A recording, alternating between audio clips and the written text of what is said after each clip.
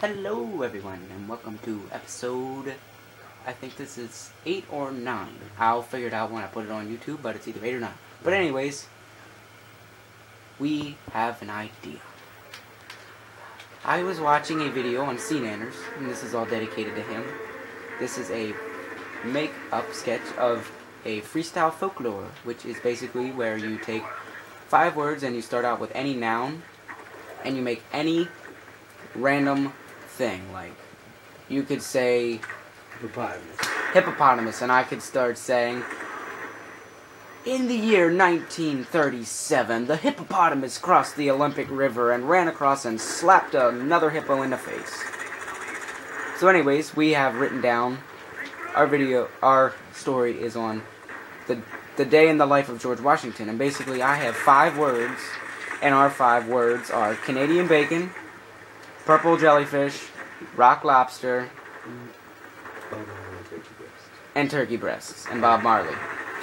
But anyways, I now present to you our video of the day in the life of George Washington. In the year of 1869, on the day of June 9th, 69, George Washington was polishing his wood in teeth, listening to one of his favorite old-time pals, Bob Marley. So Mr. George Washington decided that his piece of wood was polished to his preferences. As he was walking, a random person came up to him and slapped him in the face with a piece of Canadian bacon. So Mr. George Washington continued on his day, and from here on out, the day just got worse and worse. When he reached the market, he saw one of his favorite dinners lying on the shelf, glazed turkey breast.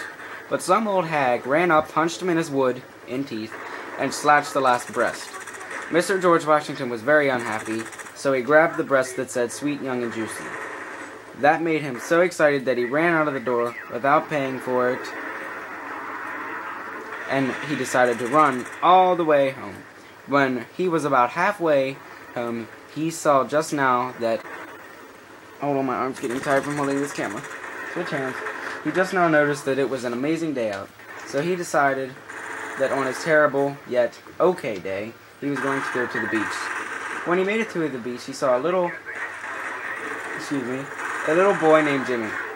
Jimmy asked Mr. George Washington and said, "Dear Mr. George Washington, there is someone in the ocean that needs help. Could you go save my best friend, Billy?" So Mr. George Washington did not want to see any boy, or if that matter, a child, die.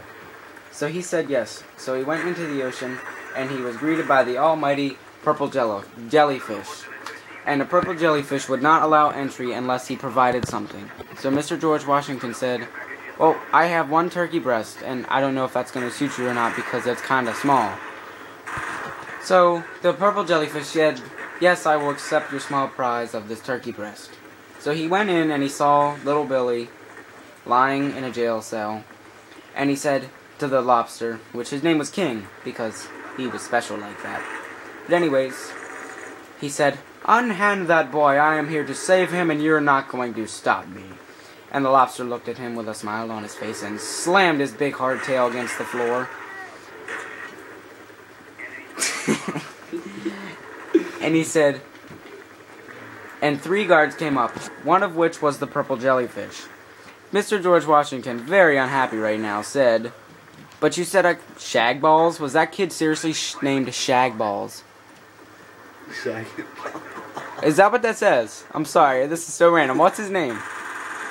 Shaggy Balls. His name is Shaggy Balls. S-H-A-G-G-I Balls. But anyways, back to the story. Mr. George Washington was... Oh, God. Mr. George Washington was so upset. He said, "What was wrong with my turkey breast?" And he said, "I would have let you pass and I wouldn't have bothered you if it wasn't glazed turkey breast."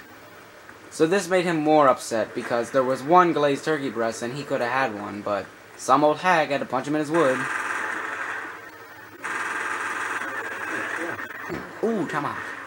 Sorry, this is... Yeah. Dun, dun, dun. Okay, anyways, when he got home, because they went out the back door entrance when all the people fell asleep, he said to the man, he decided to cook a wonderful dinner. And he said, while he was making his turkey breast, he said, he pulled out a mallet and started tenderizing the meat. Just do another match. The breast. The breast. He started tenderizing the breast, and he said, screw this wooden mallet, I'm going to use my bare hands and massage my breasts. So once the meal was all cooked, one of his favorite pals came up, and his name was Bob Marley. So they sat down and they had a wonderful dinner together. And when Bob Marley got up to leave, Bob Marley said, this was the best dinner I've ever had. And Mr. George Washington looked at him and said, I agree, this was the best dinner ever. So that made Mr. George Washington's day, and he fell asleep, woke up the next day With a very stiff wood. with a very stiff wood, and he had to polish it all over again. This has been the day, the life in the day of George Washington. But anyways, thank you guys for watching, and I'm going to stop and record another video because obviously we're going to get Stadium. And I think me talking kind of screwed him up a little bit. But anyways, thank you for watching this episode. Comment, rate, and subscribe.